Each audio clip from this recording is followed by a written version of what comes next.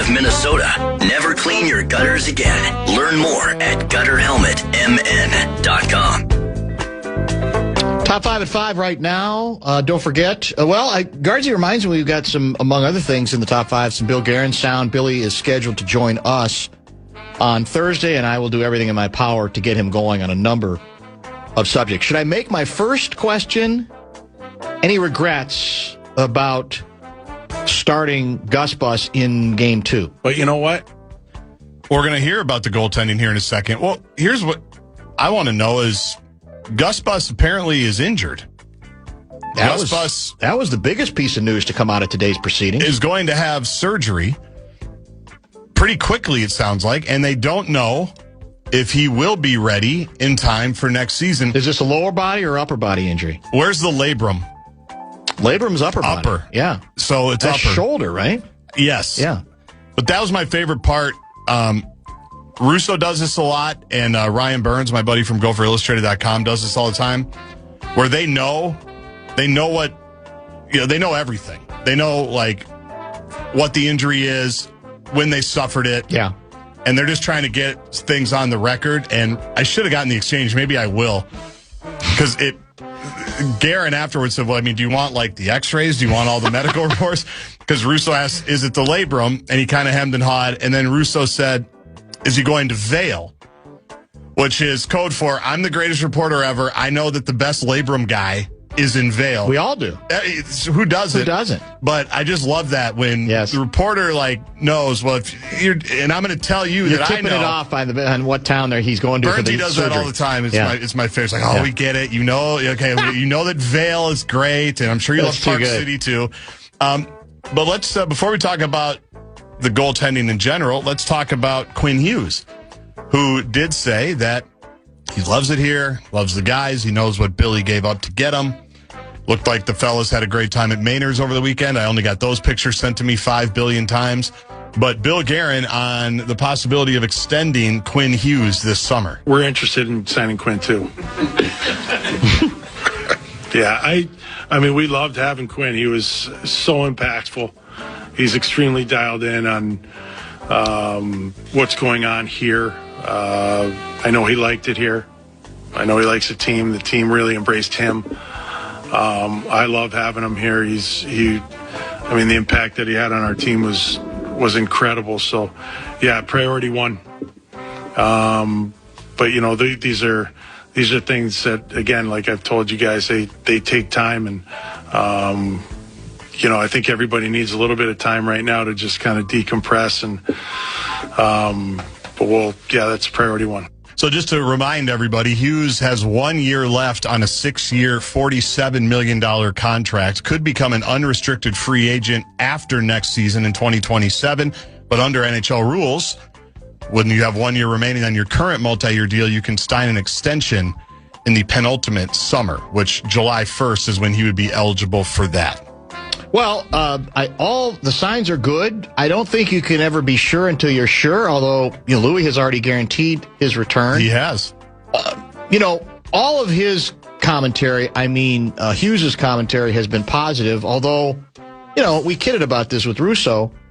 I don't know that there's ever been a player, when asked the question, said, no, I'd really rather not stay here, or I'm really not sure.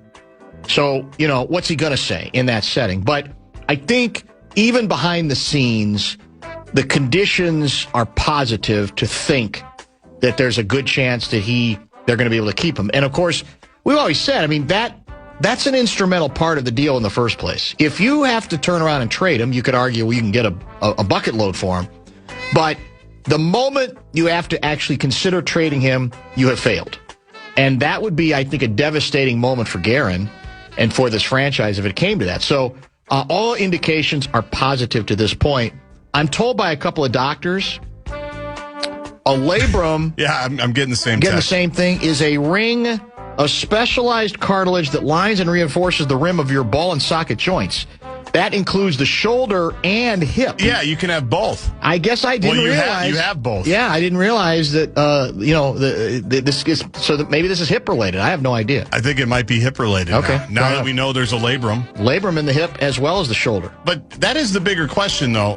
Whatever labrum he's having issues with, Did he suffer it in game 2, or had he been dealing with it?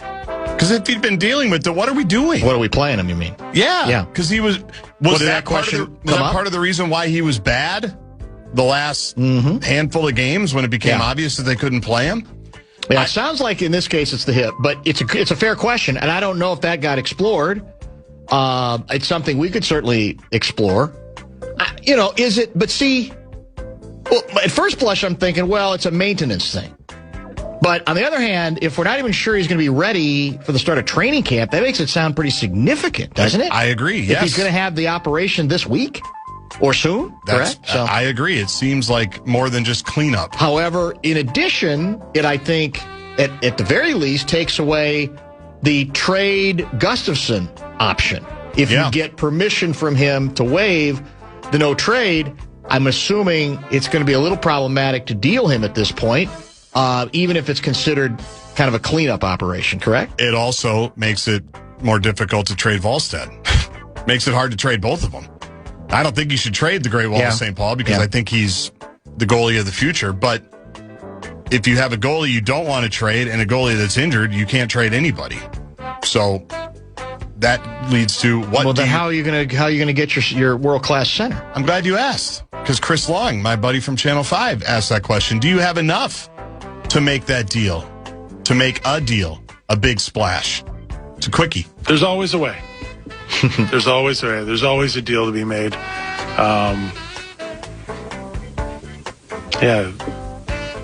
Yes. To answer your question, yes. There's always a way. Just remember that. Write that down, everybody. There's always a way. Well, I'm going to call him on that one on Thursday, too, because at other times when it's convenient to him, he has said, I can't work miracles. You got to have a partner. It has to be realistic. It can't be an absurd ask in return. So there really isn't always a way. But it's going to be the question hanging over. Now, here's the other option that's been discussed. What are the odds that we don't make that big of acquisition in the offseason and that it ends up we got to wait till the trade deadline next year? That could happen too. I don't think there's any guarantee here because, again, now I think Louis, what did Louis tell us the last time we had him on? Did Louis say you can't trade him? Or did Louis say, let's get a center who's not a superstar but who's good, and we find some other way to do that? I don't actually remember. Do we have Louis scheduled for tomorrow? I think we should. Not only scheduled, he's coming in. That's right, he's coming in. Good. Well, then we can go explore all of that again, because that is that's the essential question here. If it ends up being true that the only way you can get your top center is to trade Volstead, are you prepared to do that? That's awfully big. You're right. It's a big question. I love this line from Russo. First of all, Guerin also added, I don't have this cut, but we're in a window now. We have a very good team. We want to make sure that we don't just open the window 3/4 of the way. If there's a chance for us to get better, we will. Russo writes, now for the 25th year in a row, his objective is to find a number one center. Wow. We've never had one. Not really. No. We've really not ever had a number one center. Not a true number one. But Guerin's the guy who's been poo-pooing that member for the last 2 years. Like, you guys make too much of the center position. Yeah. It's not as big as it used to be. Now it sounds like maybe he's acknowledging that it's reasonably big. And I'll ask the question I asked you early. And let's get some text on this because we're wide open the rest of the way. What is more essential to being a Stanley Cup champion? A number one center or a number one goaltender? And you can't have both. You have to pick. If you are forced to pick between the two. Because I think, as big as I am on goaltending, I think I've been convinced, and maybe it's just because of the vacuum here, that it might be center. Now, that has to be coupled with goaltending that is at least good. Right? You can't have bad goaltending. Nothing prevents you more readily or more easily from being a factor if your goaltending is mediocre to average. You want to go to 27 for the top 5? Yeah, why not? We're wide open. Time. Let's do it. And we'll play some Wolves stuff here in a minute. Let's just give you the Bill Guerin quote on the goaltending situation, injury or no injury. Yeah, no, I mean, I like our goaltending situation. To be quite honest with you, I mean, we have both of our goalies are our number one goalies. You know, the luxury of it is being able to put a fresh, rested goalie in net every night. And, you know, both guys are signed. They're both very good. They work well in a tandem. They support each other. So I'm very comfortable with where it is. So there you go. The other thing he did say, he was asked about the possibility of moving Matt Boldy to center. That came up with Russo Friday. Yes. When you were off. And Russo asked the question. Yeah, said, Russo pledged he would ask the question on the basis of a really smart texter. Because the texter, it wasn't just one of those goofball, hey, what about just moving him to center? Right. It was well-reasoned and well thought out. And what was Guerin's answer? Both Guerin and John Hines, because they did talk together, as is their custom. Yes.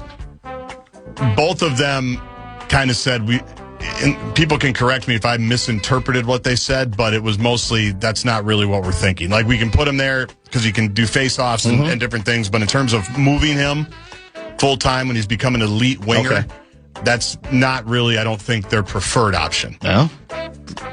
Sometimes necessity enters into the discussion. That's all I'm saying. As Trent Tucker would say, only time will tell, Davey. Let's get to the Wolves exit interviews because they happened over the weekend. Basically 12 hours after they were eliminated in the postseason by the San Antonio Spurs. Davey, let's hear from Naz Reid. A couple on moodiness. Let's start with, I think this one is moodiness and selflessness. Somebody asked, how would the questioning go if I asked Bill Guerin about several of his players complaining about moodiness inside the locker room? It's frustrating. What Guerin's reaction would be. Anyway, I don't care. Yeah, he'd say. I don't care. Yeah. He'd say, I don't care what mood you're in. Yeah, just go play. You've got to be a pro. That's we it. got a game to win. Good inflection, too. Don't you think? Yeah, for sure. Can't worry about our feelings. Got to be in a good mood. Naz Reid says we need to be in a good mood. And we're going to get to what he thinks the difference is between the two teams still playing that have game one tonight, San Antonio, Davey, and Oklahoma City. But here's about a minute of Naz just in general on the moodiness. For the most part, I think we kind of just like let our head down a little too long or a little too low, whereas though like we kind of put ourselves in the mud and kind of was finding trouble getting out. And I think that's kind of like something that I learned as much as possible with stuff that I had to deal with this summer. Is just trying to stay even keel as much as possible. I think that's probably the best way to be. I mean, Spurs did it tremendously. They did it really well. They were going through something situation in the series where we were trying to make it difficult for them. We were Allen and so forth and so on, and you never really saw them, flinch at it. So I mean, I think just taking a chapter out of that book, whereas though just trying to stay even keel as possible. I think that's really the main factor, of being moody, just trying to stay even keel. I mean, I know some certain situations and times where, you might not get your way, so forth and so on. But like I said, having selfless acts, it kind of helps, one guy to another. So, selfless acts, serving and giving. What a colossal burden it turns out to be being an NBA basketball player making $20, $30, $40, $50 million a year. I think the Wolves are always looking for the next ad campaign. Yes. Our ad campaign for the 2026-27 season, the mantra needs to be Timberwolves. We're not digging ditches. Just to remind, do we need to remind ourselves of what outstanding jobs we have, really, if you think about it? Maybe so. And I get it, it's human nature, because you're a product of your environment, you're a product of what you're used to. But my God, the level of, there's almost now too much self-examination. And it's a little bit, somebody mentioned this, had a text early I should have saved. There's a little bit of pelfdom to this. Like, at some point, the fact that we are constantly acknowledging our moodiness loses its impact on the Pelf index for the same reason that Pelfrey did. If you keep telling people over and over again, I didn't do my job, or I let the rest of the team down, it loses its impact. Similarly with this, if you keep telling people we're too moody without doing anything about it, at some point people don't want to hear it anymore. I don't think the Wolves fans that I saw try to stay as energized as possible, filled to the gills. That building, there were no empty seats in that building that I saw. It was packed. They wanted to believe that, all right, we know it's going to be hard to actually win the series. Let's just keep going. At some point they're going to go, stop it. Well, you got to take a second look at the occupation you have and the opportunity you do, don't you? You would think, but like you say, product of your environment. Yeah. Every professional player. Mark Parrish has talked about that before. We're just like, yeah, it sounds stupid on the outside. It does, but everything it's what you're saying used to. Makes sense. But they don't live normal lives. No, but this is a different part of it because, like I said, this is the constant self-reflection on it loses its impact. Like, you're being honest about it, and at least they're. But it doesn't seem like you're confronting it. It doesn't seem like the coach can do anything about it. So you're back to the president of basketball operations is going to have to do something about it. He's just got to change the mix of players. To quote, is it Ray Zielinski, Dan Aykroyd, and the Tommy Boy? First step is identifying the problem. The second one is wiping it off with the Pine Tree air freshener that Tommy Boy used. Here's more Nas on the difference between Oklahoma City and San Antonio Davey. Probably just moodiness. You look at both of those teams and they're playing for one another. They're excited to be on the court with one another. They're a team where they're selfless, like I mentioned before. So I think just probably there's some of those aspects. I think we have more than enough talent. I think we have more than enough guys bring it to the table and compete at a high level. But just being less moody. I think that's just the name of the game for us. Just being less moody and more selfless, and then just carrying ourselves with championship aspirations like we've done before. Just having that as the cherry on top. Man. Want Ant's thoughts on it? Yeah, why not? Keep it going. I believe this is Jace Frederick asking the question. Is this the no comment one? Yes, on Friday night. I didn't ask Johnny about what this loaded statement refers to, but go ahead. 2 years ago, the West Finals, last year's West Finals, this year's West Finals, like the biggest, West Semis, the biggest thing that's maybe causing you guys to come up short in this series, or one thing that you're seeing again and again that's making it tough? Good question. No comment. Awesome. Thanks, Ant. All right, thanks, Ant. Interestingly, I heard somebody surmise or speculate, he must be talking about Julius Randle. I must tell you, Julius Randle was not around for the first time we finished as badly as we did in the postseason, right? That was Cat. 2 years ago, 2 years ago. So sometimes we try too hard to blame some things on Randle that he can't absolutely be responsible for. Does he mean having a Robin? Does he mean... that's one of the questions. We could have had another hour with Johnny. Has Johnny speculated on what he meant by no comment elsewhere? I don't know. I haven't seen it. If he has, I haven't seen it. So that was interesting from Ant, and I think that's good. Yes, it was. Yeah, that's a pretty good overview right there. I don't think we need anything else other than the moodiness. I think we've established that. A lot of moodiness. No I still think the prices should be mood ring dependent on the tickets. There should be a mood ring indicator on what kind of mood the Wolves are in. How about a mood ring night? Yeah, they could do that too. Play with it some. Somebody suggested we should start calling the team the Minnesota Timber Pelfs, which is not a bad thought.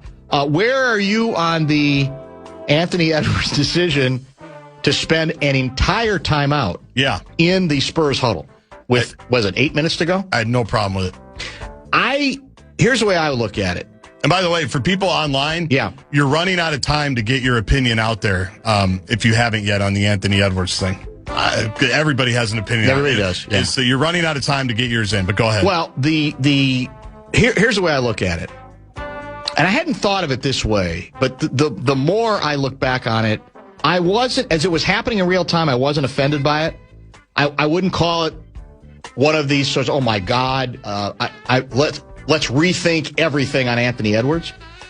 On the other hand, I actually think the Spurs had a right to say, Anthony, you're in our huddle. We're finishing the game. Yeah. come back later, because it wasn't, I thought what he was going to do at first, what he did, which was go to the coach, to Mitch. I'm going, okay, he's just saying I'm out, he was near center court anyway. But he literally spent the entire huddle there, and that to me was a little much. I don't cut him for it. I don't think it's indicative of, some sort of congressional investigation that's needed. A lot of the veteran guys on the Prime broadcast said, sorry, that's just, I don't like that look. And I respect them because I think those are all adult analysts. They're not shock jock analysts. I don't think any of them are. I don't think Dirk is. Right. I don't think Nashi is. Who else is on the panel? Udonis Haslem. Haslem and this commercial guy, the Wingstop guy. Oh, Blake Griffin. Yeah. I think they're on that panel. Yes. Right? Yep. So I don't have to rethink everything, but I did think, okay, congratulate the coach and come back. I don't think you have to spend the whole huddle. However, the Spurs knew what Ant knew. The game's over. Yeah, that's true, too. So the Spurs, I don't think were probably too offended by it. I don't think it means he quit on the team or he's not cheering for his guys, or there's a lot of things I think being assigned to what it's saying about him that I think are preposterous. I think he wanted to get out of there rather than have to wait around after an 8:30 tip on a Friday night. I'm going to do this now. I'm leaving. And congrats, you beat our ass, and hopefully we see you next season. How about this idea? Mm-hmm. Randall gets traded, a couple other moves we make, and the slogan for 2026-27 is Timberwolves, we're in the mood to win. We're in the mood. I think it's perfect. Get it? Perfect acknowledgement of the past and saying now we're going a different direction. Let me just say this for the record, because I didn't even know that this was being considered as a possibility. And I don't know that Johnny knows it is a possibility. I would run. I never thought I'd say this. I would run to add Kyrie Irving to this team. Run. I think I agree with you. And that might be my desperation to save it. And it might still, you look at it and go, are you still going to beat the Spurs or Oklahoma City? Well, again, injuries, weird things. You can't think that way or you just shut the whole operation down. But I actually would run if I could get him. I really would. Because he does, speaking of, killing two birds with one stone, that does that. It takes the ball out of Ant's hands some. The guy, is a great ball handler. Now, again, he's a little older in the tooth. You got to be sure how much explosiveness has he lost. I guess that's what you don't know. His handle. Right. Is his handle going to be the same? His handle would be. His explosiveness, maybe not. I'm so desperate. I would do that in a minute. I'm not automatically ruling out John Morant like you are. Oof. Oh, man. Well, you get him cheap. That's the thing. His whole story so annoys me. I understand. It annoys me too. But I get your point. But and also to refute my argument, he's 4 years now removed from actually being that guy, from being John Morant. That's even more concerning than Kyrie to that extent. Kyrie's been relevant more recently than John Morant. And John Morant's 5 years young. What's John, like 28, 27? Probably. Yeah, I'll look it up. Did we say Kyrie's 34? He'll be 34 next season. So he's not 34 yet. You think Kyrie's 33? Yeah, I don't know that for sure. Just in the season it said 34. Ja's only 26. 26. Yeah. So, that's yeah. I don't know. Yeah. Just saying. Yeah. I'm not automatically bored with it.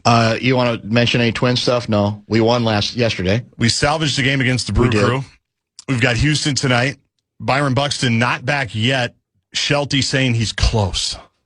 Also, when we come back, I think we have to issue the bumper-to-bumper seal of approval to a coach who absolutely stunned me with something that she had to say after a loss. Maybe it's guilt. Maybe it's a changing of the guard. I don't know, but it almost took my breath away. Meantime, FanandBigDeck.com. I want to give you a shot to win bonus bucks with our national cash contest. The keyword for the 5 o'clock hour is media. Go to KFAN.com and enter the keyword media. You're listening to Barrero on The Fan. From the 1-800-ASK-GARY Traffic Center. This report is...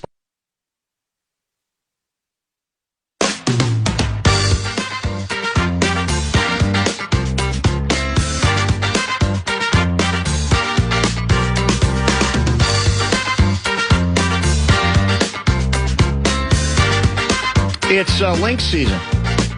Minnesota Lynx lost yesterday at Target Center to the Chicago Sky. Rachel Bannum. Terrible team last year, weren't they, the Sky? Not very good. 86-79, we lose. And the story of the game, according to StarTribune.com, is depth issues. That we don't have Chicago's depth, and that kind of caught up with us. What got my attention, I had to read it twice to be sure that I completely understood it. Let me read you from the Star Tribune piece, deep in it. Chicago finished 20 for 25 at the free throw line. The Lynx, 8 for 12. So right about now, I'm expecting the quote from the head coach saying, free throw disparity, not going to work. Yep. Here's the Cheryl Reeve quote. We have fouled since training camp. We talked about fouling before the game, and where do we lose the game? Fouling. This is not a game where we're going to sit there and go, referees. There's physicality, right? But it was legal, and we've got to figure out how we can do the same thing. It's the bumper-to-bumper seal of approval. Now, is that Cheryl Reeve compensating for a reputation she might have earned during our elimination in the playoffs last year? Where she's feeling guilty and going, all right, I'm going to send some sugar the way of the referees. Killing them with kindness. Very unusual quote by any coach, let alone Cheryl Reeve, where she says, the free throw disparity? Yeah, we deserved it. They're defending legally, and we're just kind of recklessly knocking people around, and therefore they got to the free throw line twice as often as we did. I'm just asking. Well, it is something you definitely do in the regular season. You're probably more willing to do it in the regular season, especially now. Was that their fourth game? That's a good point. Yeah. In between games 2 and 3 of a playoff series, I don't know if you're still going with that same tact, but you're right. I also liked how she said she was very complimentary of Chicago, just talking about their identity, and it's obvious that they have formed it very quickly. Yes. Like being impressed with them and saying, she said they're a better team than we are already. Yeah. Which that might be a motivational ploy. Could be. But, because like you said, they were awful last year. Yes. And we're remade, I know, and we're without some key people. That's the obvious caveat to anything Lynx related right now is that Nafisa Collier's not available. And you said the key word there, close circuit to Lavelle if he's listening. It's not Nafisha. It's Nafisa Collier. Nafisa. Does he kind of run the S and the H? Yeah, today, again, as recently as today on the Paul Allen Project. Oh, I missed that. Come on, man.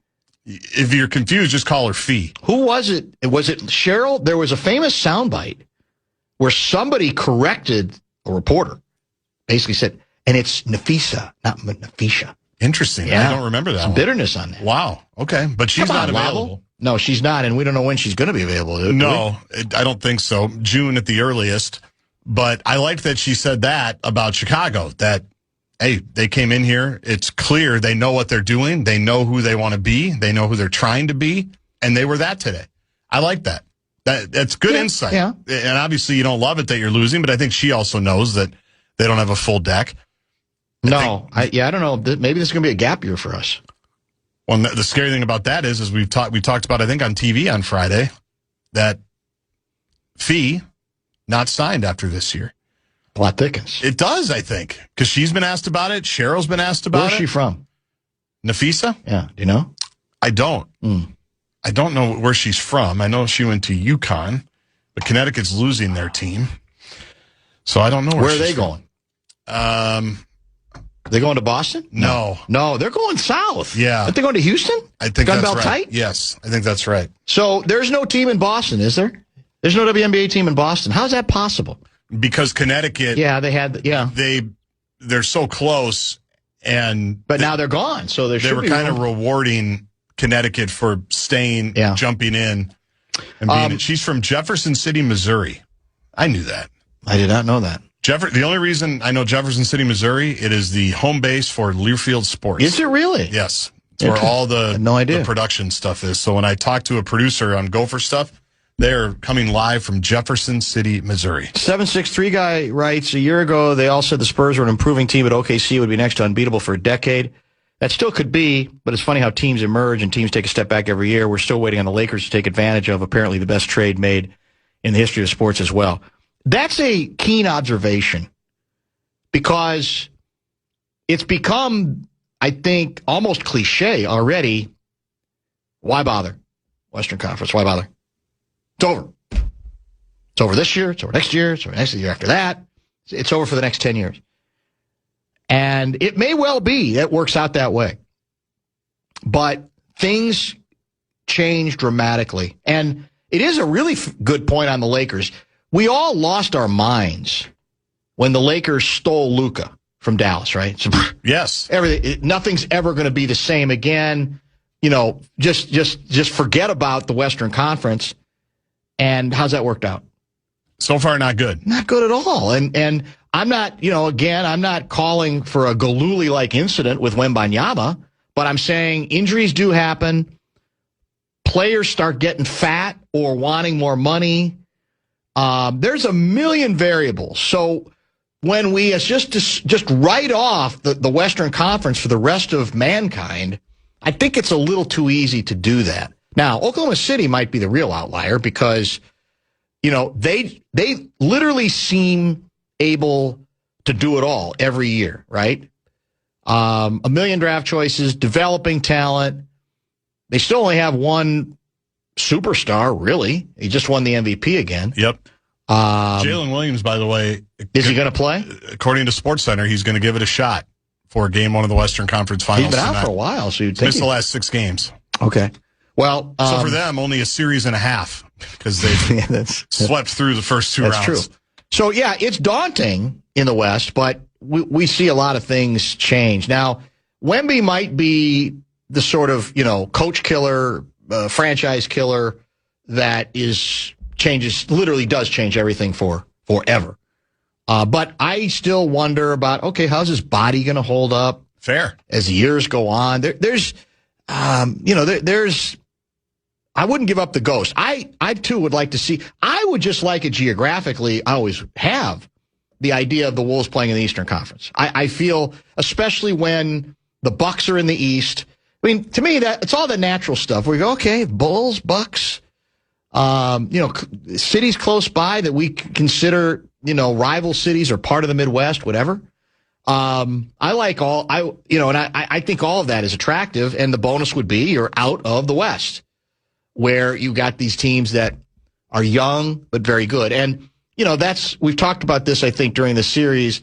One of the bigger indictments that I do think hurts the Wolves, and even the coach, is that the Spurs are younger and they looked so much more composed. Now, again, they were healthier, but they still looked more composed. You can recognize, whether Wemby's on the court or not, you can recognize their offense. There are stretches when you cannot recognize the Wolves' offense. And the kicker? Johnny and I were talking about this during one of the breaks. We lost games by 38, 29, and 30, right? And yet, you could say not only that the Wolves somehow, despite all their dysfunction, took the Spurs to 6, they actually had a very good chance to win Game 3 at home. I know. And didn't. I know. And so you say, okay, so that's what makes it so hard to know about what do you end up feeling about this team. Now, in fairness, Wemby threw himself out, got himself thrown out of one of the games. You can say, well, that's the game we got that we wouldn't have without him. But that's what's uncanny and, in a way, almost more infuriating about I agree. The inability then to do the things that Ant says they can't do, which is focus. You're squandering such a marvelous opportunity that's not similarly going to be around forever. You're not going to have a chance forever. So Game 3, that's what made Game 6, I think, infuriating. Yeah. Because you could, because of what you just said, talk yourself into. You could. Let's see. Because every game in the playoffs is its own entity. That's the one thing I think we've learned in the last few years. Momentum doesn't need to carry over. Doesn't carry over necessarily like it does in the regular season, where you're just on a heater and you got a good schedule and you can win 10 in a row or lose 5 in a row. whatever the case may be. In the playoffs, each game is its own organism. It is. And so very true. All you had to do was grease it out in Game 6, and then you're back in San Antonio, and then let's see how composed the young Spurs are. But you never gave yourself that opportunity. No. But that also goes back to what we've talked about the whole show. And it does for me, 75% of it for me is on Julius Randle. I know other guys are culpable and are not perfect, and the head coach is at the top of that list when it comes to Julius as well. But you can tell, and I've always said this, in 2 possessions every night if he has it or not. And sometimes, you get rewarded for letting him play through some stuff and all of that, but in Game 6, elimination, when you've gotten your doors blown off 2 years in a row, putrid. Like, there's no reason to even chance it. And honestly, he would have been better off going to the head coach an hour before the game and said, Coach, I don't think I can go. Yes. I'm not even going to dress. For sure. In all seriousness. I agree. That would have been a more honest approach than the approach he took.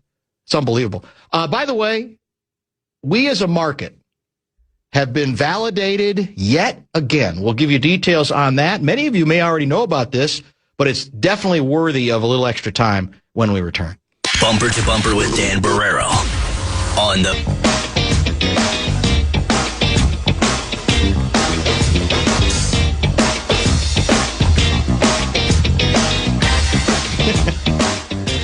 This is from 763 Guy. Cheryl Reeve making sure to let everyone know that she pointed out something to her players before a game and the players failed to follow her instructions. Absolutely shocking. Man, people think we're vicious. They turned it. I was trying to give her the seal of approval, and they turned it, although it's worth a chuckle. 517 Guy. Just a plug for the Bumper to Bumper program on iHeartRadio. I'm suffering severe jet lag on a European work trip and don't know how I'd survive without you. Between the lack of sleep and TV stations all in foreign languages, your show has kept me from being moody and untenable for the customers that I am here to visit. Now I'm in the mood to win.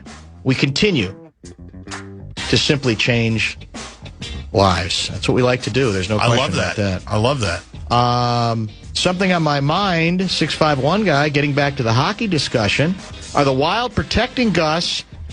And really, he didn't disclose an injury and or the severity of it, and that is the reason he was terrible down the stretch, because I just literally don't buy that they played him over Volstead in a round 2 playoff game had they been even remotely aware. Well, it's kind of the question you were asking in a different way. Maybe we can get the answer from Bill Guerin when he joins us on Thursday. It's frustrating. We have been once again validated as a market. You can look forward to your kids missing a minimum of 1 to 2 weeks of school, at least one would presume, in Minneapolis and Eagan, perhaps as well, that area. I love that music. I just had to play it. That is good music. The draft chime. I had Media reports indicate that we indeed will be the host city, Minneapolis and Eagan, the host cities of the 2028 National Football League Draft. I hope you guys are happy, because I want to know who's going to be the reporter who's going to find out how many concessions we made. Because you know how it works with the NFL. It does. They ask for 1 billion things, and you got to give them all. In other words, if you give them like a $500 million, they say, that's nice, but do you want this or not? And if you want it, you got to give them, all right, let's give them the other $500 million. There's not much else we can do. And I don't necessarily mean $500 million. No. I just mean tasks and challenges. I'm pretty sure it went all the way down to like dry cleaning for the Super Bowl. Let's remember that. I'm pretty sure. Remember that list? Yes. Yeah, that was impressive. Dig up that list again. We should. Maybe for tomorrow. We should. That's so true. Because you have to give them everything. Transportation, hotels, towels, dry cleaning, food. So do we yet understand, is the big celebration, I assume the big celebration has to be around the People's Stadium, right? Not Eagan? I would think so. But I also, from what I heard today, it sounds like we've got a couple of different locations that we're possibly going to, what's the word, activate. You love that word, don't you? Of course. Could be Mall of America. Activate. We're going to activate it. Mall of Hysteria is an interesting thought. There's still the big parking lot that's wide open. Yeah, you're right. Because I don't know if... the People's Stadium practical. Well, just that remember how that park was going to be great for all of us to use, the U.S. Bank Stadium Commons? Well, would you just do it inside on the ground, on the floor, on the field, so to speak? Maybe, or you do it. You open the big doors. Oh yeah, open the big doors. Have the stage kind of right there. Yeah, that's true too. And then the crowd going the other way. I can't wait. These are all things we're going to have to figure out. So that would be, excuse me, March when the draft is, or April? April of 2028. Yes. Man. Giannis, Kyrie, and Ant will be in the Western Conference quarterfinals as a 2 seed. Well, the question is also whether the bumper to bumper program will be there for it. That's a long. That's what do you mean? That's 2 more years. Wait, hold on. No, I have no announcement. I don't do that. I don't have any. I'm not a big dramatic announcement guy. I'm just saying that would have been a nice, like a heel turn. That would have been like a big twist. They're going to talk about the draft. No, I mean, Dave Ryan just sprung a retirement on his people. That's true. Hell of a run. You would have been following the footsteps of our guy down the hall there. His last show's on Friday. Is it this Friday? Yeah, the 22nd. Man. Then what is he going to do? Told him during the break. Blog? You worked for him for, was it 10 years on that show? No, not quite. Oh. For him, it probably felt that long, so I wasn't very good. You know how they say do a lot of different jobs and things to find out what you're good at and what you're not good at? Yeah, and that. I would not have been good on the morning zoo crew. Well, so did you just do production stuff for him, or like I was an intern gopher for him? Yeah, so kind of a mix of both. I was okay on the production stuff. I was an intern for like 6-8 months. Same time I started interning here, I said, I don't know how long I'm going to be here. Yeah. If he's looking for interns, I should throw my hat in the ring down there and just get more experience, because I literally thought I'd be here for a semester. Who knew? Nothing was promised. Sure, that's right.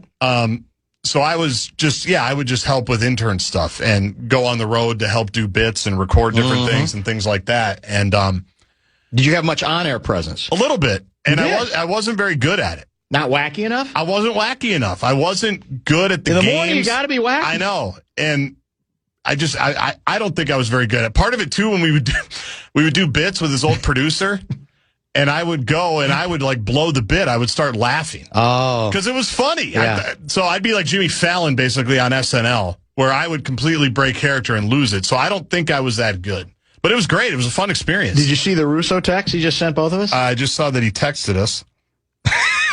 You want to read it or do you want me to? Gaardsy just seemed to get excited by your pending retirement. What's that all about? Thanks a lot. That's why I changed when I said nice. I didn't mean that. Yeah, I didn't mean it would be nice. Yeah, see? There it is. You know what that is? That's Freudian. You think it was? I don't know. The truth? Yeah, maybe. I actually thought that would have been, and of course our cameras aren't on because they never are, but that would have been a good video. Yeah. All of a sudden you go, hey, will the Bumper to Bumper show be here? I thought, because you're good about using things as vehicles. So yeah. I just thought it was going to be great content. I think because you've been the one making fun of the draft, I think you have to work the draft. I think we need to be there every day. I'm going to push for it. Would I have a chance to like get on the stage and like declare one of the, doing the, what do the celebrities get to do? Well, they get to announce the picks. But I think you got to be like a former player. I don't think you can just be some local yokel. I mean, they let Ed Marinaro do it. That's true. So they might want to go away from that. Yeah. Is that his name? Ed Marinaro. Marinaro, yeah. That's right, Marinaro. Hendo in Minneapolis says the draft can't be outdoors in April. Here. Sure it could be. Too chilly, he's saying. Well, we had it in Green Bay, haven't we? Yes. Yes, they had it in Green Bay, and everything's outdoors. Would be great is if it snowed. I agree. That would be brilliant. If it was like a raging blizzard the night of the draft. Tsunami NFL draft. How good would that be? It'd be great. Because if you recall, the Super Bowl here, it was horrifying conditions. Like, even for us, it was cold, I think, in February. We all know Minnesota it's going to be cold, but every once in a while you get lucky and it's not that cold. Is there any chance we could host a combine, too? No, that's always going to be Indy. Yeah. Always going to be Indy. Like everything should be. What else do we want? What else do you want? We're getting some wrestling this year, but we want the tier up. We don't have any World Cup, right? No. I know we want one level up of wrestling than we've got. I don't know if that's SummerSlam or WrestleMania. I don't remember where in the pecking order we want. And we want Paul McCartney back.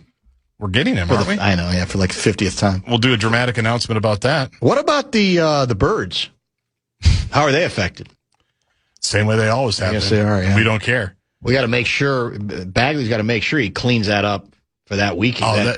The several days of draft stuff. That'd be a bad look. You'll be able to eat off the glass at the People's Stadium. That's how clean it will be. That's probably true. You're listening to Barrero on The Fan. From the 1-800-ASK-GARY Traffic Center. This report is sponsored by...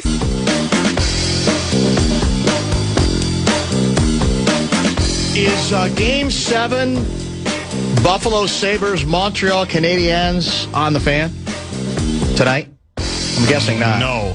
The conference finals are. I believe. Interesting. Yes, Chad Abbott was putting that together today. How about Oklahoma City Spurs Game 1? Is that on The Fan tonight? It is not. Is it on the Timberwolves channel tonight? It's not. It's not on the Timberwolves. We got, we got program. A lot of options. Yeah. I will submit to you that there is nothing as comforting to the old puckhead in me than the Montreal Canadiens being relevant. Game 7 tonight, I think it's in Buffalo, isn't it? Pretty sure. Yeah. Montreal had a chance to close it out at home, and Buffalo routed them. That's the unfortunate part. Yeah. Now, on the other hand, I'll also add this.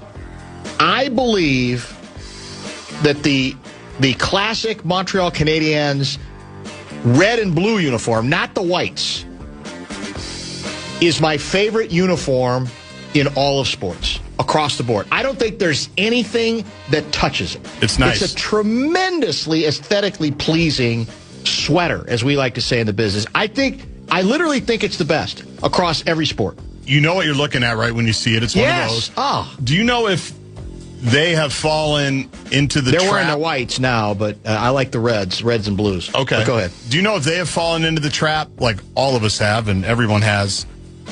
Do they have alternate jerseys like we do and like every other team does? That's a good question. I'm assuming I they don't. Oh, you think they're smart enough to keep to the yeah, when you have that kind of tradition? Yes. I'm wondering. Like, do they do a different color scheme? Do they do North Star's colors like we do? Yeah. Like, and you know me, I like the North Star colors. I know you're bored with it now at this point. I'm bored with it completely, yeah. But I would bet they don't do it because they don't need to. By the way, the plan is Louis in studio tomorrow, Russo in studio Wednesday. Yes. And Bill Guerin not in studio, but joining us on Thursday. No, we think he's joining in studio. Oh, I didn't know that. I asked for studio. Oh, even better. Yeah. Oh, that's outstanding. Yeah. Do you like, by the way, Paulus has nothing to complain about then. Nothing. Do you like, I'll double check my text, but yeah, the way I presented it was studio this week. Do you like that I turned Russo trying to put us into a schism into booking him like 2 minutes later? Well, at his most vulnerable moment. Yeah, that's what you do. The producer and you took advantage of it. Yeah, exactly right. You're trying to put, wedge a divide between Dan and me. I'm going to put you on the spot right there and say we need Russo in studio because we had just talked about it with Johnny Athletic. Yeah, you're right. So before I forgot about it, I figured we might as well use that. Bookseller guy, I live downtown. When the draft is here, I am leaving town. I cannot conceive how they will have several 100,000 people down there. The plaza is cool, but hardly big enough, and there's a light rail track between it and the stadium. Yeah, I mean, I'm assuming they got all the configurations already figured out because the NFL isn't going to say yes until they know every detail of the plan, right? What's interesting, well, first of all, I don't think this is and maybe we have Seifert on tomorrow or something to talk through some of this. We could. Because I bet he knows all of this. I don't think this is the tourism attraction that is bringing people to the city from elsewhere. There might be some random people that live here. You know what I mean? Like it's not like a Final Four where everyone's coming in from out of town. Well, no, that's just going to be it's going to be presented. Believe me, this is going to mean $3.2 billion to the local economy. Economic impact for sure. And it's not going to have anywhere near the impact that's projected to have. But for that person, though, I'm wondering, it's going to be mostly Minnesotans, and then there might be, what do we call it now? Greater Minnesota? That's what the Star Tribune calls it. They don't call it outstate. Yes. Greater Minnesota. Maybe some people come from Iowa, Wisconsin. Like, there'll be some regional tourism of people going, hey, I'm going to drive over. I'm going to, pop in. But I don't know, because I sent you that story a few weeks ago, like, the Pittsburgh people that were like gearing up for this. Oh yeah, I never got to that story. You're right. They were disappointed. I mean, the one pizza place, the guy still got dough. He's like, yeah, we didn't really see much of an uptick. Now they weren't like right next door. Yeah, but he thought that there would be a lot more. But because I think it's mostly, again, maybe we'll have somebody to help us with this. I think it's mostly local people, so I don't know if it's going to be as disruptive, maybe, as that bookseller guy is anticipating. It's not even the best French-Canadian jersey. The Quebec Nordiques jersey is number one. You're out of your mind, Trail Rough Guy. Well, they don't have a team anymore, right? And it's history. Come on, man. It's Montreal Canadiens. Are you kidding? No, I don't even think it's particularly close. And it is a combination of a beautiful jersey, unique sweater, and all that ridiculous history, back in their glory days. 70s, when nobody could touch them. Yeah. Nobody could touch him. Ed Marinero, wasn't he on Hill Street Blues? The answer is yes. I talked to him about it in the studio you're sitting in. You couldn't get him to stop. Wasn't that the issue then? No, I could get him to stop. The draft couldn't get him to stop. He didn't stop to make the pick. He basically it was like he was giving a commencement speech. Yeah. And they just needed him to announce our 4th round pick. He had another show. It was a football show where he was the coach. I can't remember. It was a cult classic. People like it. He still tweets about it a lot. We talked about that too. We got SummerSlam. We want WrestleMania. That's what it is. That's the step up. Yep. Yes. And I think Indy keeps getting WrestleMania. Yeah, they've gotten it. And some of it's the McAfee angle because he was involved, although I think he's out of it now. I don't know. Well, has anybody confirmed who? Was it a Shefty report on we getting the draft? Among others, yep. So has it been confirmed? No. But those guys are usually pretty accurate. Yes. Did you see your guy Shams got destroyed by the and I don't get it. What crew? The Prime crew? The Prime crew. Well, I will say this. They can't be surprised. I did like the nerd line. I should have. Maybe we'll play it tomorrow. Did you hear I thought the shot itself was fun. I heard about it. Yeah, they basically said go to brunch. Go to brunch. Stop being a nerd. Stop being a nerd. Yeah. Yeah. Here's the interesting question: if the announcement were going to be made on ESPN, would Shams have beaten his own network to the story? That's where it gets interesting. That is, you're 100% now, right. maybe he would. Maybe he'd say, hey, you got me. I do what I do. But that is where the rubber meets the road, right? Not if it's being announced on Prime. The other thing I would say, do we really need an embargo on the MVP announcement? Like, is it that sacred? Yeah. Like, are people tuning into Prime just to see the MVP announcement? Which they did. I actually was watching it because it was during the pregame show, I think, last night. And Steve Nash read it. Is that something where you're trying to drive traffic? Like, stay here. Make sure you don't miss the pregame show because we're going to unveil who wins the MVP. Is that really a metric worth worrying about? By the way, the interesting SGA stat, and I know it pains you to hear it, but I'm going to give it anyway if I can find it. Oh, here it is. So he wins the MVP second straight year, correct? Yes. Let's go back to 2022-23. That year, he shot 51% from the floor. The year after, 53.5.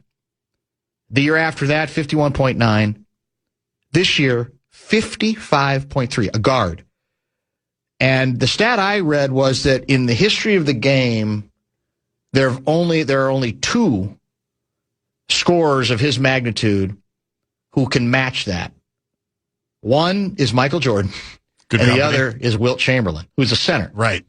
That number, whatever you think about the free throw stuff and free throw shooting numbers that we associate with big men, he's a perimeter player, right? And he's not really, I'm looking at his three-point shooting numbers. They're this year 38.6, 37.5 the year before that, 35.3, 34.5. So not great all through there. By the way, his free throws are down. In his heyday year of 2022-23, he averaged 11 free throws a game. Now he's down to 9. Refs are starting to listen to you. But I was going to say, they couldn't go up. Those shooting percentages are magnificent. That's just absurd for a guard. They're just unprecedented because he is a great mid-range shooter. He's just a slick shooter. So if you're in the same sentence in any way, shape, or form with MJ and with Wilt. That's not bad company for a perimeter player. What I do appreciate about him, and as you know, it's not much. What I do is I like the fact that he is zagging on the mid-range, that he's not allergic to a pull-up. No, he's like not. They have figured out that's where he's best and that's where he goes. Will he be able to do that against Wemby, though? Well, mid-range is where you can. It depends. It depends on where it is and where Wemby is in the play. Speaking of flopping, did you see the great karma convergence over the weekend? I know Cleveland just won in 7 games, but did you see what happened when Harden flopped on the three-pointer? Just an obvious flop, which drives me crazy. Well, was this the one where this may not have been a 3? The one I saw was he got fouled on the arm, but he somehow turned that into whiplash on his neck. That was one JB went nuts on last night. That's the one I saw. No. It was class because he did get fouled in the arm. Yep. But it's the old, as the announcer said, that really shouldn't create whiplash, however. And it did, because that's Harden. Yeah. No, he took a 3 and fell and flailed, and nobody hit him. He was laying down like a beach whale for multiple seconds. Gets up. Well, in the interim, nobody wipes the floor. So then one of his teammates runs over there, I think for an inbounds play, slips, falls. I'm pretty sure it's a pick 6 layup the other way. It's like perfect. Oh, man. Perfect. I couldn't have been smiling any more proudly. I'm like, that's exactly what you deserve for that. Now, obviously, karma. They laughed all the way to Game 7. Detroit, That was a buzzkill because Detroit had nothing for what Cleveland was doing last night. No, they had absolutely nothing. They were really good. And Cade was off, and then they got their other scorer during the season is averaging their big man like 10 points less a game in the postseason than the regular season. And he's up for a big contract. Is that Duran? Exactly. He's up for a big contract now, and people are wondering, a max. Do we give it to him? How do you give him the max? I know. I don't know. I know. Bonus bucks? Not in the 6th. Not this hour. Back to wrap things up and remind you of some outstanding bookings for later in the week. Stay tuned. This is Bumper to Bumper with Dan Barrero on The Fan. From the 1-800-ASK-GARY Traffic Center. Show Wrap is presented by American Pressure, commercial-grade pressure washer since 1975. It's the Bumper to Bumper Show Wrap. Jay Will on ESPN can be a bit bombastic at times. Yes. But there are times when he hits the mark. And this morning, the discussion was supposed to be about the Anthony Edwards decision to dap everybody up on the Spurs bench with about 8 minutes to go when he was relieved of duty the rest of the night. But to his credit, Jay Will turned it into a rant on Julius Randle. And he had the clips. He brought the receipts. Point. He absolutely brought... He said, well, there were at least 7 or 8 examples that they played, but he said he counted up 22 examples of just defensive, what do I call it? Negligence, inactivity. Non-activity. Just utter and complete. You want to talk about the old-fashioned Ole Matador defense? That's why I meant it when I tweeted at halftime of the game, or before the half, that at the half I would cut Julius Randle. Obviously, there's probably a CBA that doesn't allow that, but that's what I would have done. Because leaving aside the offense that didn't exist, there is nobody who looks worse when he is casual on offense, who waves, who kind of turns one way and I don't know if I can reach over there.